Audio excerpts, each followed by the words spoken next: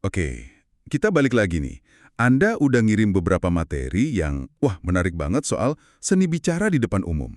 Iya. Dan ada satu bagian, khususnya bab 12, yang judulnya Ubah kata-katamu menjadi perbuatan, yang benar-benar bikin saya mikir. Ah ya, bagian itu. Kita semua tahu kan rasanya gimana? Kita presentasi, keren banget, dapat tepuk tangan, terus udah. Hening, nggak ada yang terjadi? Betul, nggak ada yang berubah. Kayak ada jurang besar gitu antara ngomong sama bertindak. Nah, hari ini kita mau coba bedah cara membangun jembatan di atas jurang itu. Nah, ini dia intinya kan. Jurang itu nyata banget. Kita sering fokusnya cuma gimana caranya biar pidatonya keren. Biar kelihatan fasih gitu ya. Tepat. Tapi materi-materi ini bilang kalau ujian sebenarnya itu bukan seberapa bagus kedengarannya, tapi apa yang terjadi setelahnya. Apa yang audiens Anda lakukan, itu satu-satunya ukuran yang penting. Setuju banget. Dan untuk mulai, salah satu artikel yang Anda kirim itu ngasih contoh yang sempurna soal orang yang jatuh, kejeblos, pas di tengah jurang itu. Ya, Yuk kita bedah dulu kasus pidatonya Timothy Geithner yang disebut-sebut sebagai bencana total. Ini bisa jadi fondasi kita nih. oke. Mari kita bayangkan dulu situasinya. Ini tahun 2009. Waktu krisis keuangan global itu kan? Betul. Dunia lagi goyang banget. Krisis terparah sejak depresi besar. Bank-bank besar kolaps, pasar saham anjlok, semua orang panik. Oke. Nah, Timothy Geithner, waktu itu Menteri Keuangan Presiden Obama yang baru dilantik, dia mau pidato. Seluruh dunia nungguin. Nungguin rencana penyelamatan yang konkret pastinya. Mereka butuh kepastian. Dan yang mereka dapat, malah kebalikannya.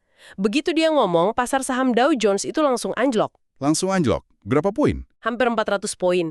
Itu bukan cuma reaksi negatif loh. Itu penolakan total. Wow. Jadi apa yang salah? Kok bisa separah itu?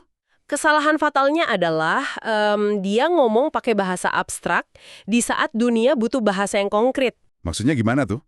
Bayangin aja, sistem keuangan global di ujung tanduk dan orang yang paling bertanggung jawab pada dasarnya bilang, kami punya rencana, rencananya bagus, tapi detailnya nanti ya beberapa minggu lagi. Waduh. Dia pakai frase-frase kayak kerangka kerja komprehensif, tindakan tegas, prinsip-prinsip inti, tapi nggak ada satupun tindakan spesifik yang disebut. Nggak ada satu angka pun. Jadi pasar nggak dengar kepastian. Sama sekali. Yang mereka dengar itu penundaan, keraguan. Dan itu, ya, malah memicu kepanikan baru. Kasus Geithner ini kan skalanya besar banget ya, mengerikan.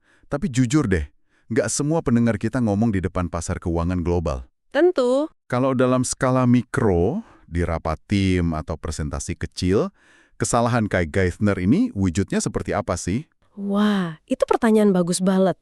Dalam skala mikro, ini terjadi tiap hari. Seorang manajer bilang, kita perlu lebih inovatif. Titik. Tanpa ngasih contoh inovasi itu apa atau gimana cara mulainya. Tepat. Atau di rapat ada yang bilang, komunikasi tim harus ditingkatkan. Terus rapatnya selesai. Dan semua orang bingung, meningkatkan komunikasi itu artinya apa? Disuruh lebih sering ngobrol di pantry? Iya, kata-kata itu cuma ngegantung di udara. Kosong. Nah, itulah Geithner versi kantor. Oke, jadi jurangnya udah jelas banget. Sekarang, ayo kita mulai bangun jembatannya. Materi yang Anda bagi itu menguraikan 4 strategi yang sangat jelas. Jembatan pertama ini soal cara kita membingkai cerita kita. Benar. Strategi pertama adalah bagikan pelajaran, bukan sekedar cerita. Salah satu artikelnya membahas pidato wisuda Laksamana William McRaven. Oh, yang Navy SEAL itu kan? Yang terkenal banget. Betul. Dia kan punya banyak banget cerita heroik yang, wah, luar biasa. Dia bisa aja cuma cerita soal pengalaman perangnya yang menegangkan. Dan itu pasti seru sih. Tapi dia nggak gitu kan? Dia membingkainya beda. Iya. Seingat salah satu poinnya, mulailah harimu dengan merapikan tempat tidurmu. Itu kan dari pengalaman dia di latihan SEAL.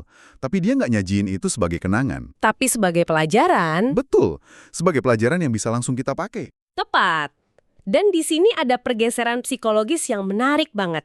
Kalau audiens cuma dengar cerita, mereka itu pengamat pasif. Cuma nonton aja. Iya, mereka mungkin kagum, tapi mereka tetap di kursi penonton. Tapi pas Anda membingkainya sebagai 10 pelajaran, Anda secara nggak langsung mengubah mereka jadi calon pelaku. Oh, jadi kita ngasih mereka izin buat ikut serta. Persis. Anda ngasih mereka alat buat menerapkan kisah pahlawan seorang Navy SEAL ke tantangan kecil mereka sendiri. Anda bikin nasihat itu melekat. Oke, jadi jembatan pertama ini soal memberdayakan individu dengan alat praktis. Tapi gimana kalau tujuannya bukan mengubah individu, tapi mengubah sistem? Nah, itu butuh pendekatan yang beda. Ini membawa kita ke jembatan kedua, yang rasanya jauh lebih mendesak dan emosional. Ini jembatan yang dibangun di atas kesedihan dan kemarahan. Strateginya adalah miliki permintaan yang jelas. Contohnya dari kesaksian Kimberly dan Felix Mata Rubio di depan Kongres AS. Orang tua dari Lexi, salah satu korban penembakan sekolah di Uvalde, Texas. Momen yang berat banget ya? Sangat berat. Mereka bisa aja datang dan cuma berbagi rasa sakit mereka, dan itu pun sudah sangat kuat. Tapi mereka melakukan lebih dari itu. Jauh lebih dari itu. Mereka nggak datang dengan permohonan umum kayak, tolong dong lakukan sesuatu. Tapi mereka datang dengan daftar tuntutan yang sangat spesifik dan terukur. Tepat.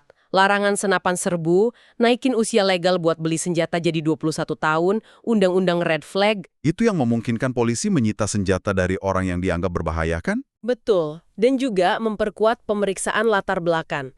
Jadi daftarnya jelas banget. Dan hasilnya? Materi itu kan mencatat, sebulan kemudian ada Undang-Undang Keamanan Senjata baru yang disahkan. Undang-undang bipartisan pertama yang signifikan dalam hampir 30 tahun. Bukan semua yang mereka minta memang. Tapi sebuah langkah maju yang nyata. Dan itulah kekuatan dari permintaan yang spesifik. Permintaan itu mengubah energi emosional yang meluap-luap. Menjadi agenda kebijakan yang nyata. Persis. Itu ngasih para politisi dan aktivis tujuan yang jelas buat diperjuangkan. Alih-alih cuma debat soal masalah senjata secara umum, sekarang mereka debat soal poin-poin di daftar itu.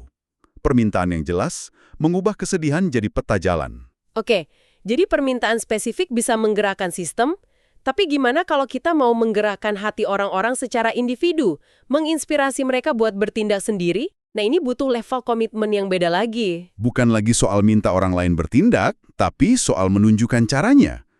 Ini strategi ketiga. Strategi ketiga ini mungkin yang paling menantang secara pribadi. Pimpin dengan contoh. Bukan lakukan seperti yang saya katakan, tapi lakukan seperti yang saya lakukan. Dan sumber yang Anda kasih itu punya contoh yang, wah, ekstrim banget. Dari Robert F. Smith, seorang investor. Betul, seorang filantropis juga. Saya ingat baca bagian itu. Dia pidato wisuda di Morehouse College. Awalnya saya kira ya cuma pidato inspiratif biasa, tapi yang dia lakukan di akhir itu, gila sih. Benar-benar mengubah segalanya. Setelah ngomongin kerja-kerja, peluang, dan lain-lain, di akhir pidatonya, dia ngumumin kalau keluarganya akan ngasih hibah untuk melunasi seluruh utang pinjaman mahasiswa dari semua wisudawan tahun itu. Seluruhnya. Seketika itu juga, dia menghapus utang senilai $34 juta untuk 400 wisudawan. Dia nggak cuma ngomongin soal membebaskan potensi, dia langsung melakukannya. Di tempat. Saat itu juga. Tepat. Itu kan tindakan yang luar biasa ya. Tapi jujur, kayaknya mustahil ditiru. Apa ada contoh memimpin dengan contoh yang lebih membumi gitu, yang bisa dilakukan sama orang yang bukan miliarder? Tentu saja. Dan ini poin yang krusial. Memimpin dengan contoh itu nggak harus soal ngasih jutaan dolar. Oke. Dalam skala yang lebih kecil, ini bisa aja seorang manajer yang setelah minta timnya lebih terbuka sama kritik, jadi orang pertama yang ngakuin kesalahannya di depan semua orang. Oke. Jadi soal kerentanan juga ya? Bisa jadi. Atau pemimpin komunitas yang ngajak bersih-bersih lingkungan, terus dia yang pertama datang di hari Sabtu pagi, udah siap dengan sarung tangan dan kantong sampah. Jadi tindakan kecil pun bisa jadi contoh. Tindakan sekecil apapun itu nunjukin kalau Anda secara pribadi berinvestasi dalam perubahan yang Anda minta. Itu ngasih kredibilitas ke kata-kata Anda. Oke, itu jauh lebih bisa dicapai. Jadi kita udah punya 3 jembatan, mengubah cerita jadi pelajaran, punya permintaan yang jelas, dan memimpin dengan contoh. Betul. Tapi apa yang bikin orang-orang semangat buat nyebrangin jembatan itu? Perlu ada sesuatu yang menarik di seberang sana, kan? Nah, ini dia. Jembatan terakhir, dan mungkin yang paling ambisius. Strategi keempat. Yaitu? Tawarkan sebuah visi. Ini soal melukiskan gambaran masa depan yang begitu menarik, sampai orang-orang terdorong buat ikut mewujudkannya. Kisah Felix Fingbeiner di materi itu inspiratif banget. Yang anak kecil itu kan? Iya. Waktu umur 9 tahun, dia presentasi di kelas soal krisis iklim. Tapi dia nggak berhenti di situ. Di akhir presentasinya, Dia ngasih ide sederhana. Gimana kalau anak-anak di seluruh dunia nanam 1 juta pohon di setiap negara? Luar biasa untuk anak umur 9 tahun. Dan ide itu nggak mati di kelas aja kan? Sama sekali nggak. Ide itu meledak. Tumbuh jadi gerakan global Plant for the Planet. Beberapa tahun kemudian, pas dia ngomong di PBB, Felix yang waktu itu masih remaja, netepin tujuan baru yang lebih gila lagi. Apa itu? Menanam 1 triliun pohon. 1 triliun? Wow! Visi yang besar, berani, sederhana, dan gampang diingat. Artikelnya mengutip Presiden Kennedy soal misi ke bulan. Iya, kutipan yang bagus banget itu. Dia bilang kita ke bulan bukan karena itu mudah, tapi justru karena itu sulit.